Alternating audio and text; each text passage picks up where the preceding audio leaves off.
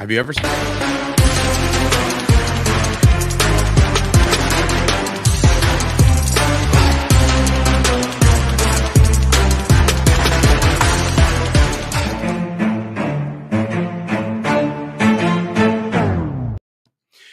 What's going on, everybody? Welcome to another edition and episode of the Chop Sports Daily, coming to you live from the Flipping Made Easy studio right here in Matawan, New Jersey. It is Sturch, it is Gooch, it is Nick, it is Madison, it is Wednesday, June the 29th, 2022. I hope you guys are doing okay out there. Please like the video, share the video, tell your friends what you're watching. You're not watching The Price is Right, you're watching us instead. That's what you got to do. We appreciate that. And so if you want to support Chop Sports, do so by heading on over to patreon.com/Chop Sports. $3, $5, $10 increments is the way to do it. We appreciate each and every one of you guys. Definitely helps keep the lights on. It just shows general support, and it's really awesome of you guys. So thank you very much. Also want to plug the store, chopsports.shop. Plenty of shirts available right now, either branded stuff. Usually he's wearing something branded. I'm usually wearing something that I created myself. But today we're both neither doing that. So their whole concept is just lost in translation. So how you doing today? We're doing well. We're good. I'm finally, I think I made it through the other side over the weekend. I was struggling, or throughout the early parts of the week. I was Wednesday now. Yeah, no, it takes 2 days for me, bro. We've been through this several times. So 2-day hangover is officially gone, dissipated. I'm ready for war here on Hump Day. Ready for war on Hump Day. I like it.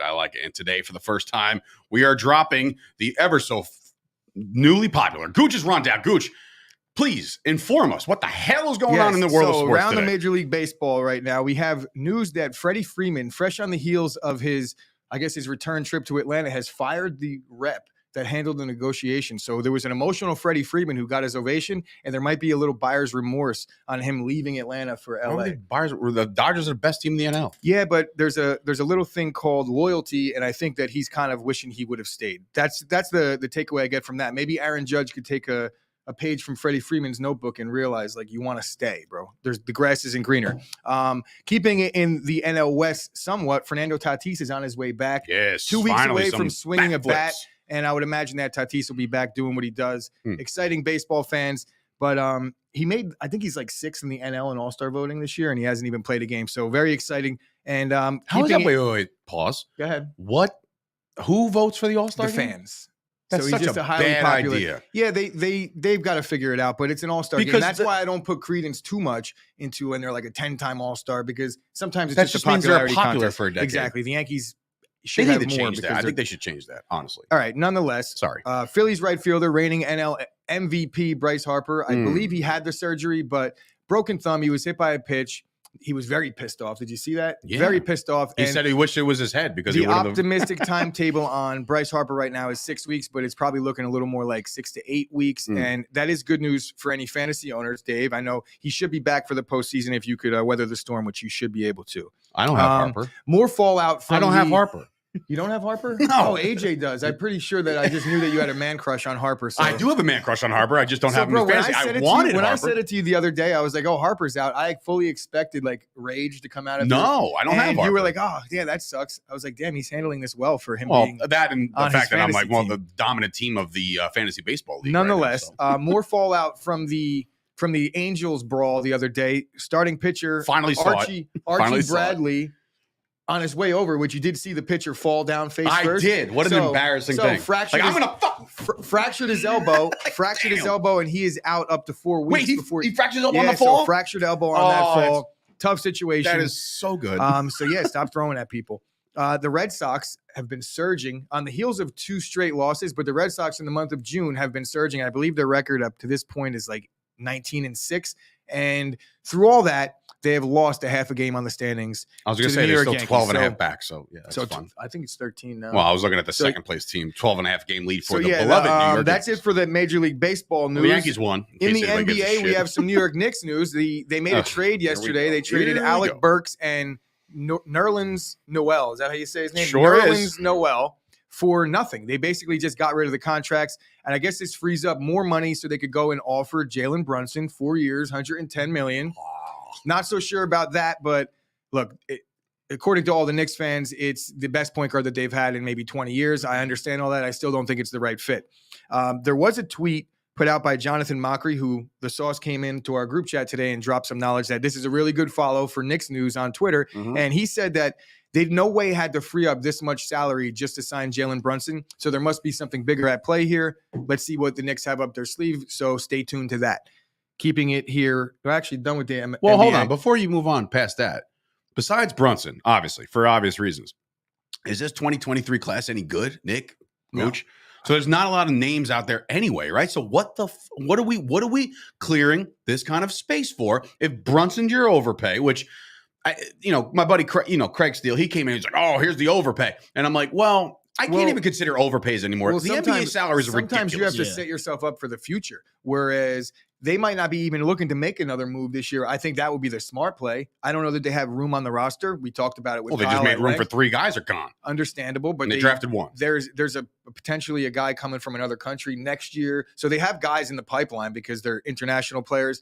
But look at the free agent class next year. And maybe the Knicks are gearing up for a big-time signing next year and understanding that it might not be the year this year. But do you understand how frustrating that is? I do. As a fan, like that just means from now, June 2022, till now, June 2023, I got to sit here and say, good way to go, guys. So to be thanks for trying. To be fair, I think that's going to be the case nonetheless. I don't think there's a player out there that they're going to be able to add this offseason. So compete a little bit. I think with the additions that they've made, the NBA, everybody makes the playoffs, so it's not like the Knicks can't beat a 10. It's like a bad rec league. They could definitely get to the 10 spot. I think you sign up and you pay for the all year, admission, you get in. In the beginning of the year, it was pretty much the Knicks will eventually fix it and be a playoff team. They just never did. So they've had success with this group before. Maybe they could turn it around with good point guard play. I don't know. Out of the NBA, the Knicks. I'm not buying into it either. But when you've been bad for 25 years, building, you can't get good right away. They have to build something. They have to get the fans behind them a little bit. I understand that, but it's like, what do we like as a fan base? You got to be mad. Like this Brunson stuff, it doesn't excite me.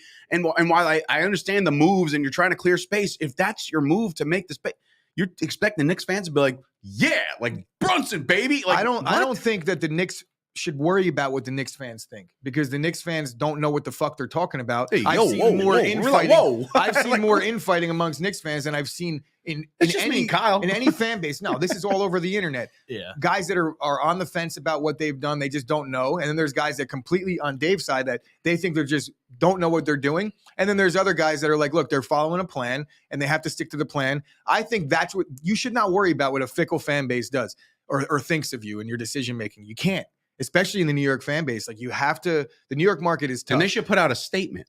No, like, what's the statement? Because at the end of the day, it's a business. Either way, so at the end of the day, you're selling season tickets. How are you supposed to sell season tickets? You to put this out shit? That's another story. But you put out. That's the only story. But it's so then. If that's the only story, then worrying about a competitive team shouldn't be because they could go and sign a star and get tickets sold, no problem, right? But that's not really going to get you. But that would also make it competitive.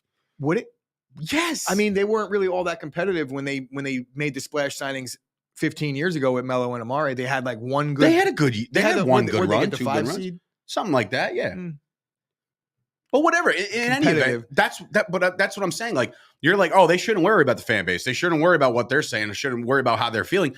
Those are the guys that line their pockets, and that's why their salaries are so out of control because they can go out there and spend all this money on a fucking Brunson jersey. Because you have you have situations where you have the fan base that's eager to get a player, so they do something to appease the fan base, and then it sets them back in a year or two when that guy is no longer worth it. And that happens time and time again with the Knicks. Like they shouldn't have never have gone for Fournier even. Like what were they doing with that signing? That was an appeasement for the fan base. You got to get something. You got to do something. You got to sign somebody. But did that make them better? No, neither does. I don't think Brunson does either. Well, that remains to be seen. But the biggest problem with this is that I don't understand what they're doing at this point. Is you have Quickly, who has shown that he can. He's shown compare what those he can numbers do and what he maybe stuff he needs to work on. But he plays 5 minutes a game? Not even. He comes in as the Energizer Bunny off the bench, and then it's a wrap. I'm not trying to. I hope you guys aren't sitting here and trying to act like I'm justifying anything the Knicks are doing. I don't give a fuck. I know. Yeah, I'm just trying. I think Jalen Brunson. I think he's slightly unathletic. I don't think that he really does anything poorly. I just don't think that he excels anywhere really either. I'm not really so sure about his defense, but his assist totals with the minutes he's playing, they should be a little bit higher for a true point guard like everybody's calling him. That's my opinion. All right. But I guess it remains to be seen. All right. MMA world, we have some MMA news. Jorge Gamebred Masvidal appeared on the MMA Fighting Podcast, courtesy of SB Nation, I believe. And he had a lot of disparaging things to say about Conor McGregor, which, I mean, get in line. Everybody wants Conor at this point. I do think it would be an enormous pay-per-view if they did end up signing the dotted line. Talk about the promos leading up. That would be fun. The promos leading up would be great, but I just don't think it's going to happen. Masvidal is he's on a downward trajectory, and so is Conor. It just doesn't make sense. Maybe down the line, but right now Conor's still being talked about in potential title fights. That'll be where Conor's trying to go if he's going to go anywhere. But he did have. So Masvidal came in, he was talking shit like he's going to talk a lot of shit about my family, but he'll never actually talk shit about me and say he wants to fight. He'll talk about my legal troubles. And Conor, with the game set match tweet of the year, was like, "Oh, don't be such a loser, bro. Me and your mom get along just fine." And that was it. Like, that's all he needed to say. This is the mic. That's all he needed to say. That's the end of that. So shit. You got to be careful when you engage in the war of words with Conor, because number one, he doesn't give a fuck, and number two, he's the most gifted to ever do it in the sport.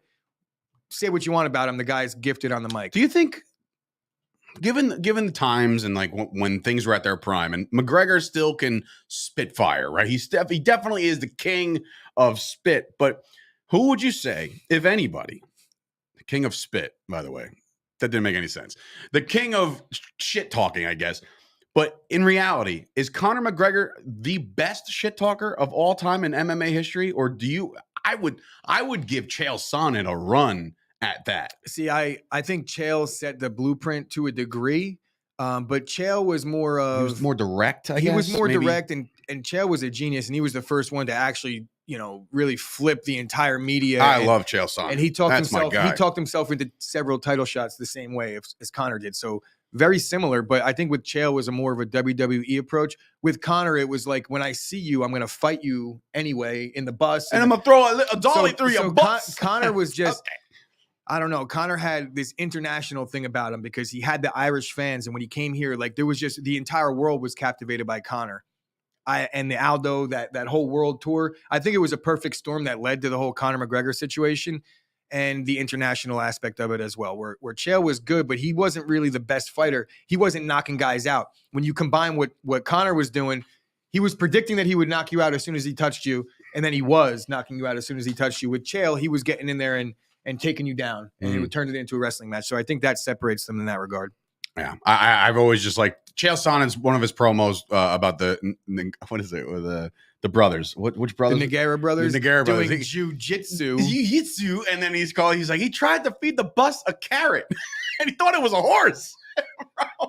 But the questioning the Brazilians and their smarts and everything like that was just like verbally and mentally.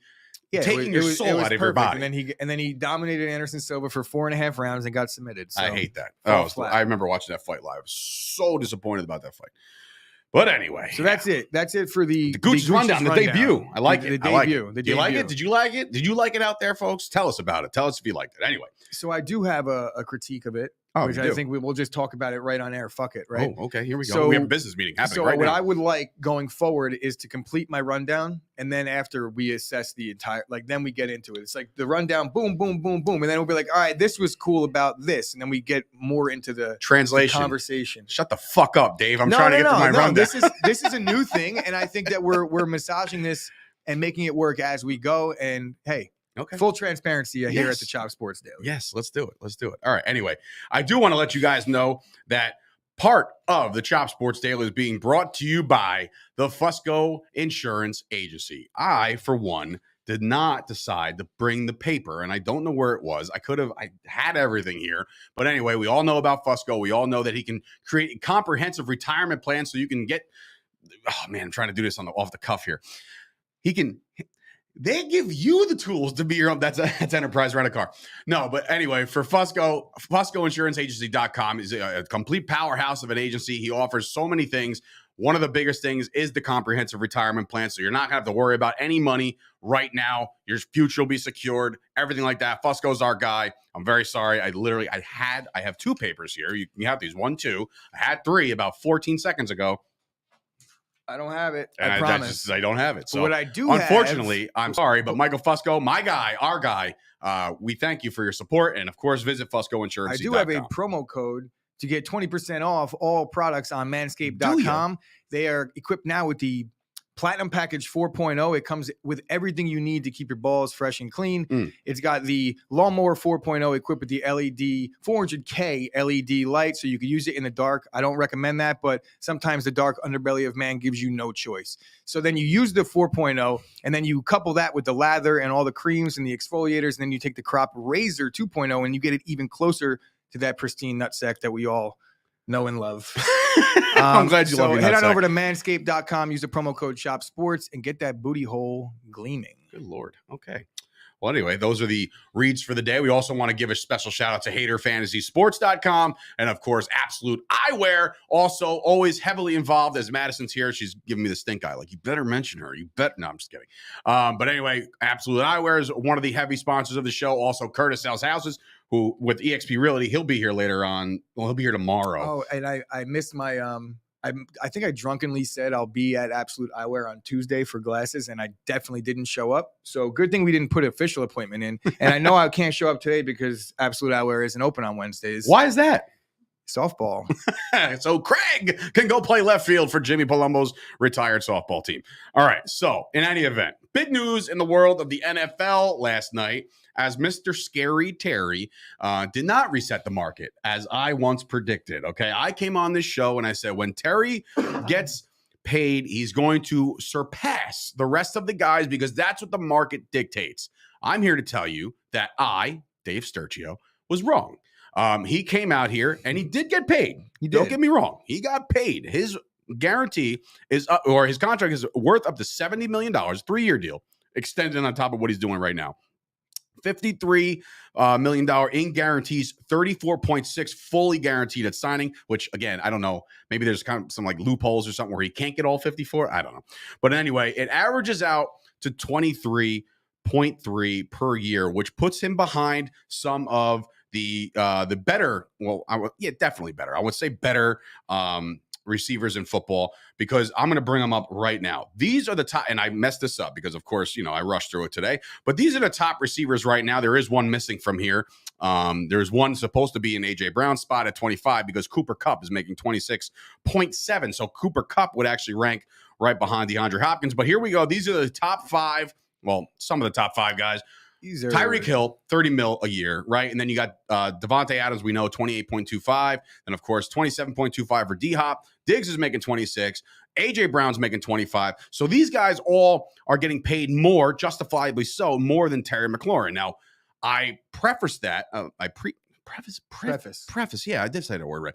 I preface that by saying the fact that I'm not sure if this is a thing because, or at least his ranking right now doesn't make much sense. So we just went over those two, but we're also talking about Cooper Kupp.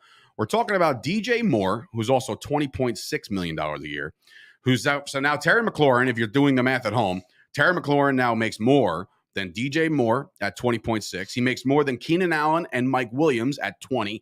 Makes more than Amari Cooper at 20. Makes more than Chris Godwin at 20. So that puts him right around 1, 2, 3, 4, 5, 6, the 7th highest paid receiver in football right now.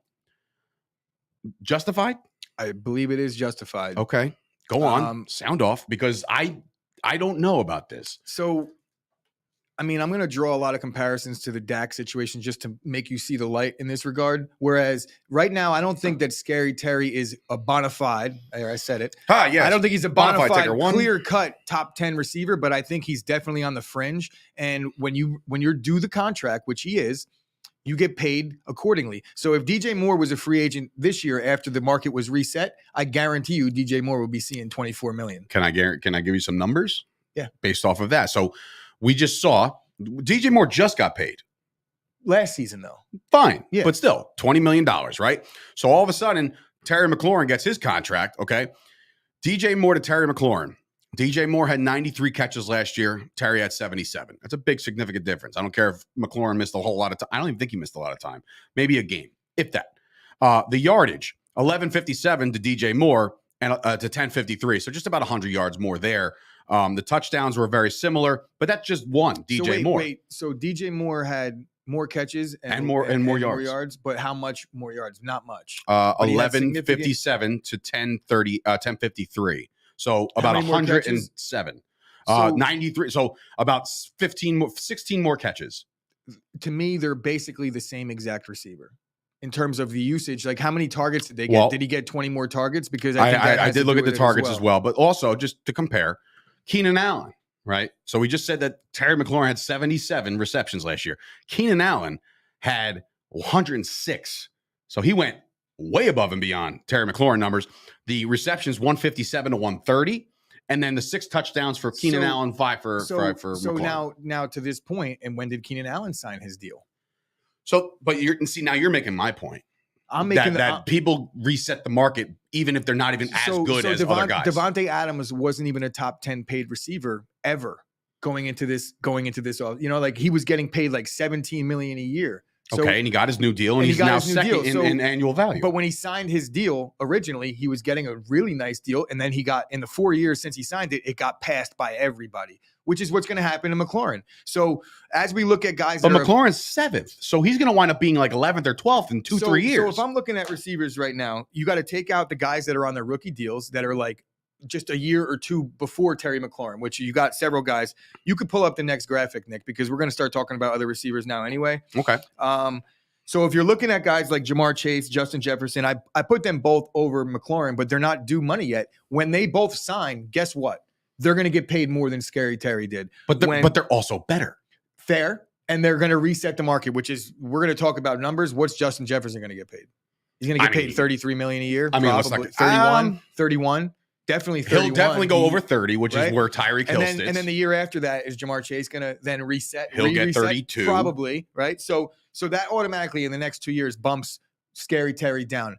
Debo's about to get paid. He's going to get a little bit more money than Terry McLaurin did based on what Terry McLaurin got. I think that's Where do you think Debo falls in all this? I think Debo falls in the right below. Money-wise? Top 5. Like a little above A.J. Brown. I think he's a better version. A.J. Brown's making $25 million. Yeah, so Debo gets a little more than that. I think if I'm his agent, I'm not taking any less than A.J. Brown. He's a three-way player, or whatever the hell he's done more. He's had less injury history, less of an injury history, and he's just a better player to me. Then you got DK Metcalf is probably going to surpass Terry McLaurin as well. So he might be coming up first. So right there, yeah, DK and Debo right there, it puts McLaurin outside the top 10 by the end of next season. Mm-hmm. So that's disregarding any other receivers that might get an extension that doesn't make sense, like a Christian Kirk or someone like that. So I don't really have much of an issue with it because in time, he's going to get bumped down the rungs a little bit, and I would put him on the fringes of a top 10 receiver in football. You can make the case for him against any of these guys. Who do you have at your top 10? Okay, now, where does he rank with top others? 5. Go through 6 through 10 because there's some obvious ones at the top. Well, in my order, I just wrote it down. Adams 1, Cup 2. That's 1, 2, and I want to say like 1, 1A, right? That's right. Irrelevant. Just fine. Rattle them off. Hopkins, Jefferson at the 4. I got Diggs at 5. I got Tyreek Hill at 6. I got DJ Moore at 7. I got Keenan Allen at 8. I got Amari Cooper at 9. I got A.J. Brown at 10. I got Scary Terry outside the top 10 receivers in football who just got $23.3 million a year. To me, he's not a top 10 receiver. But like I said, you just named a couple guys that are on their rookie deal that when they do get paid, they're going to bump him outside the top 10. Well, there's only one guy on his rookie deal right here, Jefferson. And Jamar Chase. I didn't say Chase. You don't have him in your top 10? Then I'll put Chase at 10, bump Brown to 11, bump Terry to 12. That's fine. But you're understanding that Terry McLaurin and A.J. Brown, we could have a real debate and we'll probably just never agree. And we'll sit here and go back and forth. And I could argue the case for either one of them. I could argue for A.J. Brown being better and vice versa, just playing devil's advocate. So when you're having those types of conversations, it's like they're right in the same, right there. What does Terry McLaurin deserve? That's the question. Does he deserve less?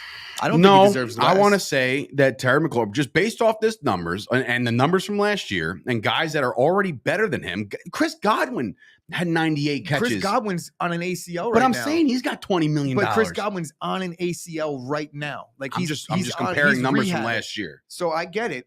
But look, and Godwin's also in that Tampa Bay contract where he's going to win. So I'm not giving the Washington Commanders a discount by any stretch. The Bucks and go play with Tom Brady and get a chance at a ring. Then you want to talk about maybe taking a couple mil off. I could agree with that. What do you think the difference is if, let's just say, hypothetically speaking, Chris Godwin did not go down an ACL, right? Let's just say he's fully healthy going into this year. How much more money do you think Chris Godwin would get right now if he didn't take the Tampa Bay win discount? I think that Chris Godwin gets a little bit less than 25. Okay. A little bit less. Like I think he's a little. I think Godwin. I'm a Penn State fan, so I like Chris Godwin. I'm not here to bash this guy, but I think what are we talking about? We're splitting hairs if we're comparing Godwin and Terry McLaurin. I think Terry's durable. I think he plays really well on a shit team.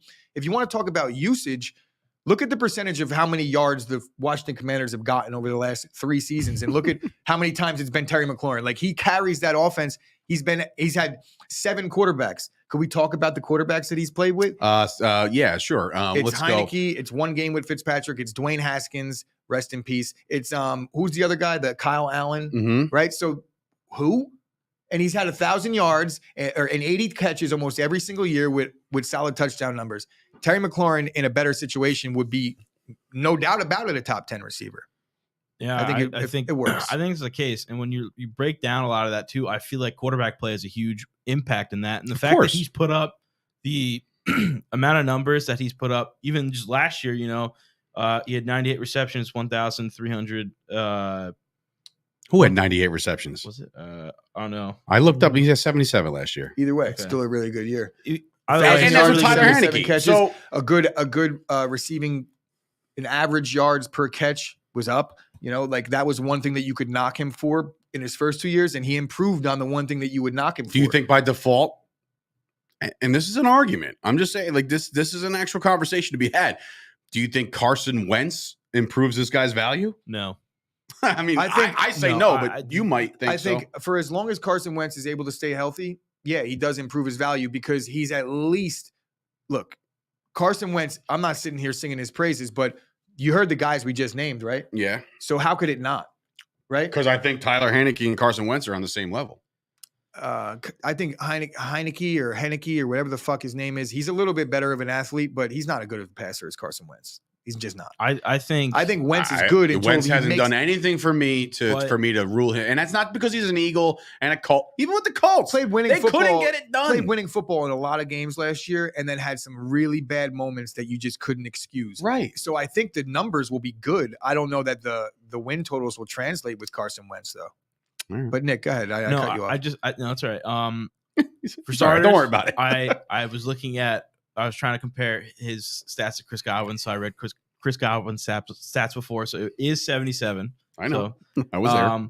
But the other thing too, they do have one interesting piece about this is they do have Matt Corral as a rookie quarterback. So that if Carson Wentz starts to suck, which I think might happen. But under what premise do you think Matt Corral can come in and just corral everybody? Oh God. I tried. But I mean, it can't get any worse. So it really can, though. Like, you might as well give the rookie Corral could be a complete stinker. No, look what Carson Wentz is getting paid. Look at Carson Wentz is getting paid. There was a Taylor Heineke interview where he just basically said, he's like, yeah, I'm not going in to compete for the number 1 job. I'm going to go in and get myself ready in case an opportunity presents itself. And it looked a lot like a guy that's saying, look, I know they brought him in to be the starter, but by week 4 he's going to get hurt, and I'll be there good to go. That's what the translation. He's not wrong. He's not wrong. But until then, yes, for those 3.5 weeks, I think Terry McLaurin's numbers should see a spike. Plus, he's 1 year better. He's a really good player, and he's 1 year better. How about a little bit of a fantasy ski impact for Mr. Terry McLaurin? Okay, so Terry McLaurin is probably going to be maybe this year because he's a little more in the news in the offseason, but he's always a guy that nobody likes. He's just on a boring team that you don't think is a good passing team, typically a bad quarterback, so he gets avoided. I think you could get a Terry McLaurin maybe even after an Amari Cooper. I think Cooper's got a little rust on him this year too because no one knows about the Brown situation. But you get what I'm saying. When we're talking about top 10 receivers in fantasy on any given week, he could be the top 1 receiver in a week. Terry McLaurin's been consistent. I've had him in every year that he's been in the league, and every single year I got him at a value that he outplayed. Essentially, he's the guy that I think typically will outplay his draft value, even if by 1 round. almost every single season because of the place he plays in. And he doesn't really have any. I know the guy you mentioned yesterday as a breakout star, Curtis Samuel, right? Yeah. For the Washington Commanders, Redskins football team. That guy is one of the guys that you can focus on. And outside of those two, can you think of somebody else on that team? Like as far as like target share? Antonio Gibson, Jahan Dotson. Dotson. I remember Dotson was good. Did they still got the tight end that's always hurt? Justin Reed? Or is he got No, he might be out of the league. Yeah. Because of all the concussions and shit. Wasn't Justin Thomas, Reed, Jordan. Logan Thomas, good. Logan good Thomas call. is and very he's a solid tight end. Yes. I like Logan Thomas. I think that McLaurin's in a situation to maybe lead the league in targets or be up there. Like he's going to get the ball a lot this year. There's no question about it. I don't know the propensity that Ron Rivera has to throw much, so maybe that'll hinder him a little bit. But when they do, it's going Terry's way, no doubt about it. The other thing too with that team is nobody really knows what's going to happen with McKissick and Antonio Gibson and how they're going to perform. Well, McKissick is going to get 10 targets a game too. Easily. He gets the ball a lot out of the backfield. He's coming off injury again too. I think is McKissick even there still? Yeah, he is. Are you sure? I'm pretty sure I saw that. I think he's in like when Buffalo. When I was doing weird. the images, he was listed on their depth chart. So okay. Yeah, he's there. Washington Commanders. Yep. Did he just sign a deal with them, an extension? Because I'm pretty sure I saw his name in the news recently. Anyway, he's an afterthought regardless. Wow. Just no respect to J.D. McKissick. No, I think he might be their most talented player on their offense right now. No. Terry McLaurin. Yeah, Terry McLaurin is making $25 million. The contract says it. It says it right here, sir, on the contract. J.D. McKissick, Dave, is the most talented player. He's the fucking versatile. He can run the ball. He can catch the ball to the backfield. He can run some routes. If they really asked Terry McLaurin to run the ball, I'm pretty sure he would. And could. Yeah. How many catches would he have out of the backfield? Probably more. I'm just going down these receivers here of just like different rates. So guys that you think are coming up on deals here, like Kenny Golladay. Kenny Golladay right now is making 18. Can you imagine that? Christian Kirk with the Jaguars now, that ridiculous number. It doesn't matter. He's making 18 at least this year. So that's pretty interesting. And the fact that he got all that money and he's not making a lot of it in the first year. Like, I mean, 18 million is pretty good. Yeah, but Christian Kirk. Well, that's what I'm saying. What was his deal? 80 million over 4 years. I did want to bring this up. Whatchamacallit?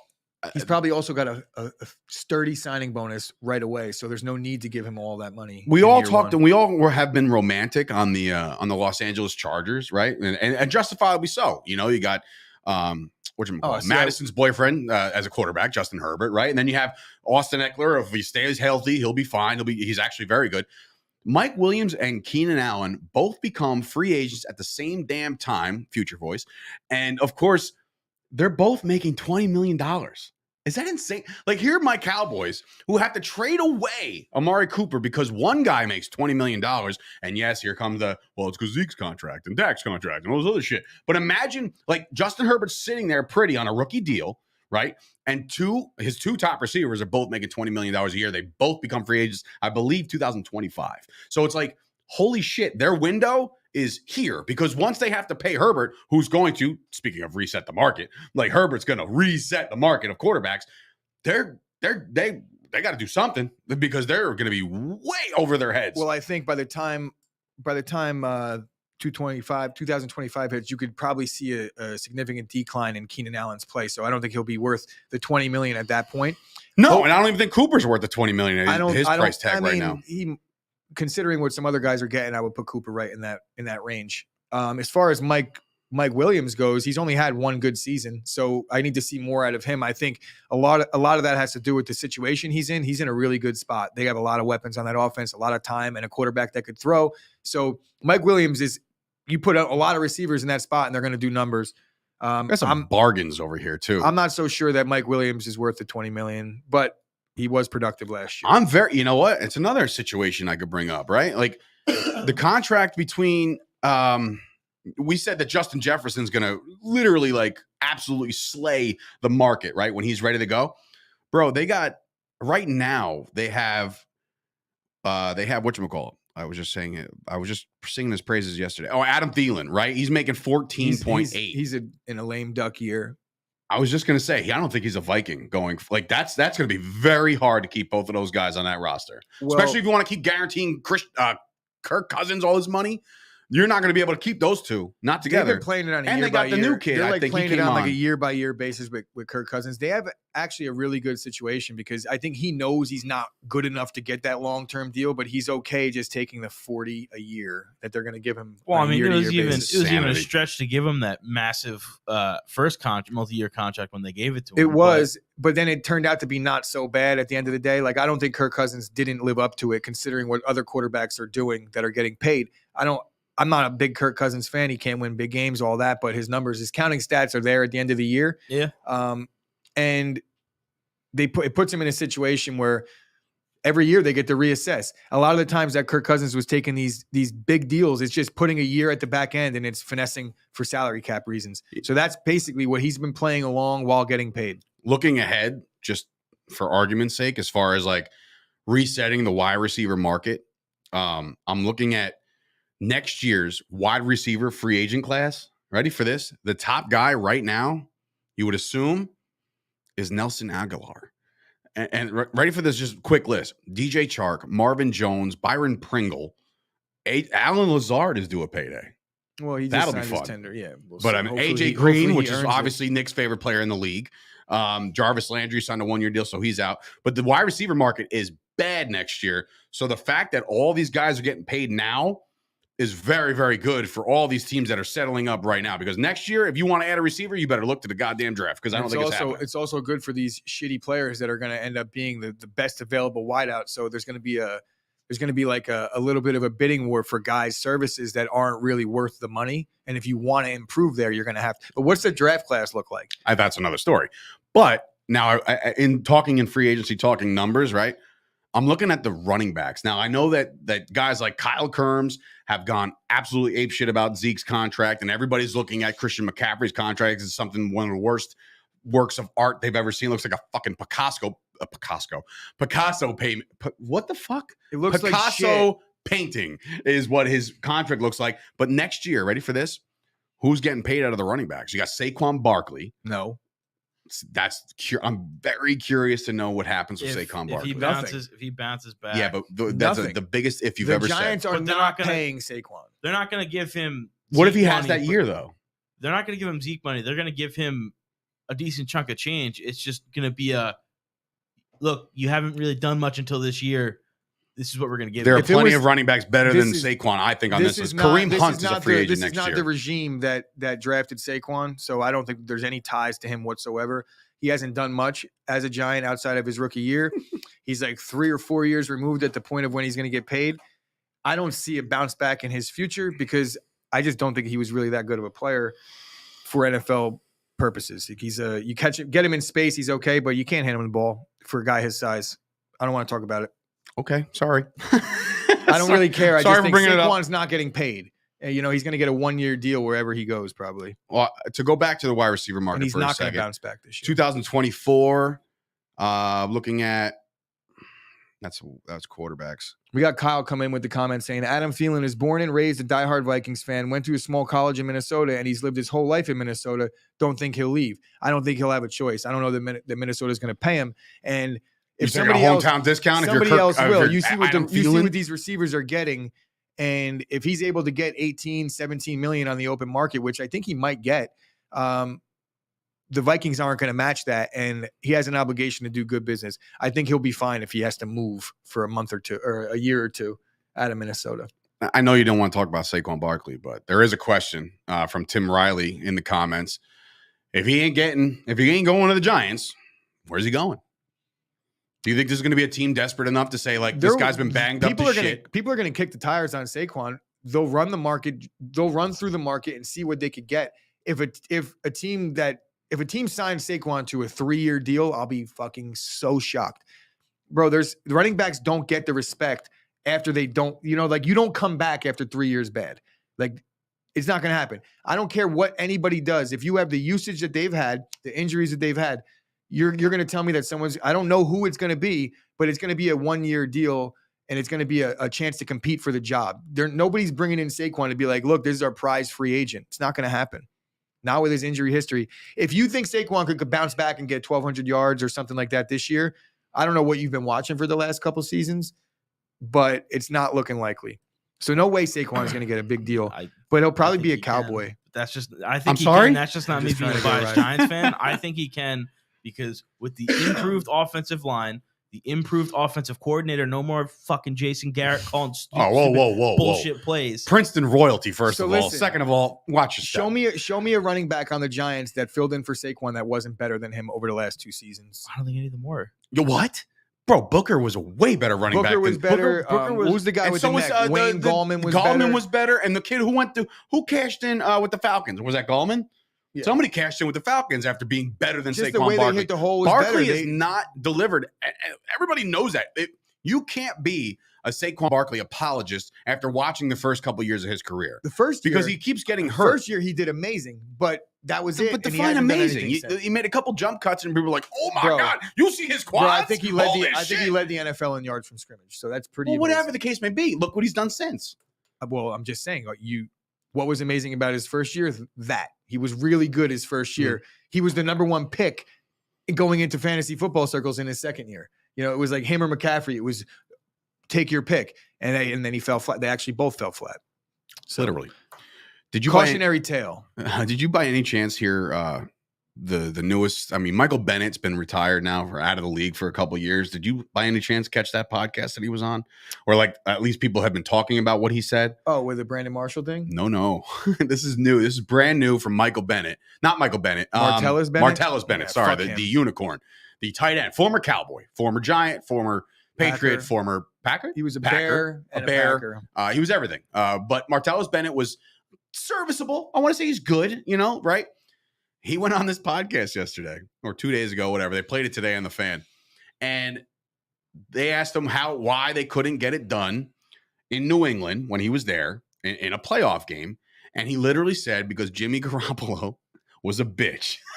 He literally called him out and said, well, Jimmy Garoppolo was a bitch and we got Jacoby coming in with a broken thumb. But like so nonchalantly calling out a quarterback who still plays in the NFL.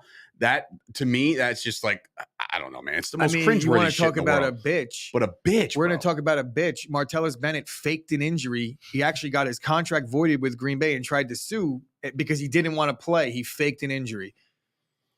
He ended up in New England that year, right? And then probably so he was back in New England after that. So I don't really have – I was very excited when we signed Martellus Bennett as a Packer fan because I thought he brought an attitude that we kind of were lacking at the time. And when you saw his fight with Kyle Fuller and Brandon Marshall try to break it up, like that was one of the best stories in the last 10 years in football, the way that whole thing went down. But just look it up, Google it. If you want to talk about a bitch move, I feel like that's equally as much of a bitch move. You have teammates that you're going to war with every week, and then you're literally faking an injury. The Packers were within their rights to void his contract, and they did, and it ended up signing with New England. And he forced his way out of town with a bullshit lie excuse. To me, that's bitch made. Jimmy Garoppolo, since whatever incident he's talking about, has done nothing but prove himself as anything but a bitch to me, right? He plays good football, sound football. His teammates all respect him. I don't think you could say the same thing about Martellus Bennett. You cannot. Where is Jimmy Garoppolo going to play football this year? Where is he going? I don't know. I think he's going to be the backup quarterback in San Fran. Truth be told, see that. That's what I think. And I also how do you not give value for this guy? Did you see the? I don't know if it was somebody hacked it or what, but the Seattle Seahawks Pro Shop or their NFL Shop Seahawks version released or had like Baker Mayfield jerseys in their store for like a couple minutes yesterday, and they took them down. So were they leaking a potential trade that's imminent with Baker going to Seattle? Are you serious? I am serious. That's amazing. Baker came out the other day and said like pretty much both parties, like him and the Browns. He's like, I don't want to play for this team. That's been established. They named Jacoby Brissett the starter already. I'm sorry? Yeah, they basically said they're going to ride with Jacoby. Holy shit. So, I mean, I still think with him. What else are they going to do? I don't know. Just not that. I still think with him, it's because yes, Seattle's situation is a lot murkier than maybe I'd say Carolina because Darnold could. Oh, if Baker goes to Seattle, it's going to be so fun to watch him cry every week. No, it's just going to be raining. So it's just going to be, that's going to look like he's crying, but he's really not. They have no offensive line, and Like he's just not likable. How So long- could you how long imagine him before like the, bitching out guys that don't even like him? Oh, before DK the- Metcalf will ruin him. He'll eat his lunch, bro. Like, don't you dare get in the huddle and talk How many your weeks shit. do you think it'll take for the 12th man in Seattle to start booing him every Oh, single yeah, week? he won't be able to No, handle dude, that. there's only 10 men now. They got rid of one. They actually got rid of 2. Yeah, it's over. The 10th man. Before we get out of here, Baker. I definitely wanted to show you, or at least based off the rules, we're talking about the Browns for a second. Based off the rules of the NFL discipline policy, under the NFL discipline policy, Browns quarterback Deshaun Watson could face a minimum of 144 game suspension if there is a discipline on each and every case, meaning he'll be not only kicked out of football this year, but probably forever. Yeah, I mean, like I don't see that coming, but Jesus Christ, that Brett Favre. Can you imagine? It's like half the amount of Brett Favre games played. So he played for 39 years. Yeah, no, that's bullshit though. That's clickbait. You understand that? They're not. No, gonna do I looked that. at the Twitter. I Yeah. looked at the verifications and There- stuff and making sure that he was legit. It is good. It is like in a fantastic- technicality. It would be like saying like if you went to court for, for like 12 crimes, they're not going to charge you with all 12. They'll probably bunch it up, give you a plea deal. That's what's going to happen here with Deshaun Watson. They're not going to be like incident 1, 6 games, incident 2, 6 games. I think it would be hilarious if that was the Can't case. be. Absolutely hilarious. I'm sick and tired of this. Yeah, me too. It's going to come down. And I also found out that if no matter what the judge rules, like if the judge says like, hey, you'll get 3 games based off of all this shit. Who's the judge? Goodell? Well, funny you mentioned Mr. Roger Goodell anyway, because that's exactly where I was going with it. If the judge says, I don't know, let's just say 6, and Goodell is like, no, this bitch made our league look like shit. It's the whole year. He can actually overrule the judge. So there is no judge. It's Goodell. That's basically what you're telling me. Yes. Yeah. At the end of the day, no matter what this judge, No. but then again, he could reduce it too. If he had a conversation Could you with imagine? Watson and saying, man, all this is bullshit. Like this whole thing is garbage, blah, blah, blah, Just blah, blah, think, though, so he'll probably get less games suspended than Trevor Bauer. And I don't think Trevor Bauer had 24 open cases. No, he just had one psycho girlfriend. I think there's a very, very big difference between the way Major League Baseball is run and the way NFL is There's run. also 162 games in that baseball. regard. And yes, there is. As far as seasons go, I don't think that Trevor Bauer is ever going to pitch again because Probably not. you don't have a team in Major League Baseball that is as scummy as the Cleveland Browns are in the NFL. So there's no team is going to take the chance. Definitely not the Dodgers. That ship sailed. So where are you going to bring him? It's not like Kansas City he would want to even go there. They don't have the money. The NFL has a different pay structure where pretty much any team could afford any player because of the salary cap. In baseball, that's not the case. So there's really only like 4 or 5 teams that would be even in on Trevor Bauer due to the contract. And none of those teams are small enough market for him to blend in. And none of them are like fan bases would jive with it. Could you imagine Bauer a Yankee? It would not work. No. We still have Domingo Germán, and that guy got 60 games and another Fugazi injury. Let's talk about Domingo Germán's case, and then let's talk about Trevor Bauer's situation. He slapped a girl right in front of everybody. Yeah, I know. I'm not There was trying no to, like behind the I'm scenes. not trying to say it, but like the Trevor Bauer details are grim. Oh, but apparently it was all like consensual. Apparently. Did he get charged? I don't know. He did not. So did Watson? So what are we talking about here? We know that doesn't really equate, right? So it's not about did he do it or did he not. When you're not getting charged, it's that they can't prove it, right? So it could be like everyone in the room could be like, fucking guy did it. We all know he did it. What's the evidence say? What could we the prove? evidence was for Germán's case. The evidence was everybody around him saw a girl get slapped. That's my point. So that happened. You would need to be able to prove it beyond a shadow of a doubt. If you can't, then he's not getting charged. It doesn't mean that they all don't know it. Case in point, you don't need to prove it beyond a shadow of a doubt to get a civil case. Can you also clear up what shadow of a doubt means? Every wrestling promo ever is always like, you better believe with the shadow of a doubt. And So I'm do just you like, want me to break it? Like, Can what you? Yes, what because I'm very curious. It means like no doubt about it. But no doubt. Shadow of a doubt. What is like a doubt has a shadow? Like it's a fucking groundhog? Like what are we talking about here? This is not to be done on air because It has I'm to going be to done break on it air. down for you. Beyond a shadow of a doubt. All right. So here's my doubt. I think that There's what a they're shadow doing here is beyond the shadow of its doubt. they're putting like the doubt as instead of the doubt being the idea, doubting, like you can't actually physically see the doubt. In this case, the doubt is visible, right? Mhm. And it's beyond the shadow of it, means it doesn't even exist.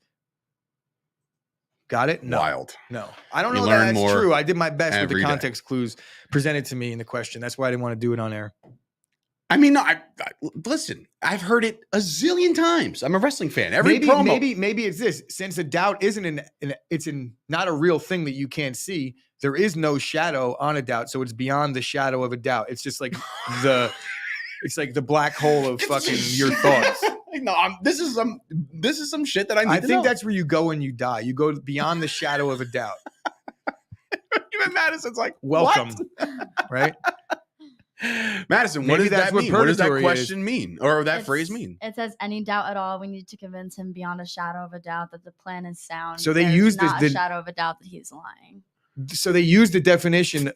They use this phrase in the definition twice. So yeah, I like it. Beyond a shadow of a doubt. Captain Literal Man. There's scoop right there. Yeah, I needed to know. Anyway, shout out to the comments, by the way. We appreciate you guys chiming on in. Literally, I wasn't reading, Ash. I'm sorry. Just like I literally just told you. I was looking right at the camera. I cannot see I need like a teleprompter right in front of me. But anyway, so that's it, folks. It looks like it's gonna be a short one today. No, but there's plenty of stuff going on tonight. Or what time does free agency start? Is it like a 4 o'clock deal? Ounces of doubt. What if there's 2 ounces of doubt? It'd be like beyond an ounce of a doubt. I've never heard beyond an ounce of a doubt. I know. It's just her way of saying like she was trying to fortify the points. It's chop law, according to Stevie Mac. I like it. I like that a lot. What time does free agency start? What time do we overpay for Brunson? 6 p.m. 6 p.m. according to Madison Palumbo. Getting involved with the 6 p.m. free agency. So there's going to be a lot of moving parts. You know what? Before we get out of here, NBA free agency class 2022. Jalen Brunson's the prize free agent. James Harden. He hasn't opted into. He didn't opt into his deal. That's Bradley Beal, but he said he's staying put, right? He didn't announce what he's saying. There's speculation that he said he knows what he's going to do, but I don't think it's beneficial. I got a guy. Yo, listen. I got a guy that Knicks can get. Bradley Beal goes to L.A. for Russ. You want a point guard? That would be ideal. Get Russ back doing triple doubles and get Bradley Beal out in L.A. a true scorer. That'd be a true finesse deal by the Lakers. Wait a minute. Free agency tomorrow, 6 p.m. Oh, it's Wednesday. Yeah, I don't even know what day it is, but you had the right. You had the right timing. Did you say tomorrow? It is tomorrow. Yeah. Yeah. Okay, that's cool because I was not aware because I'm an idiot. But anyway, no, I'm looking at this. You want a free agent point guard to be for the Knicks instead of going 110 for Mr. Brunson? Give me Ricky Rubio, bro.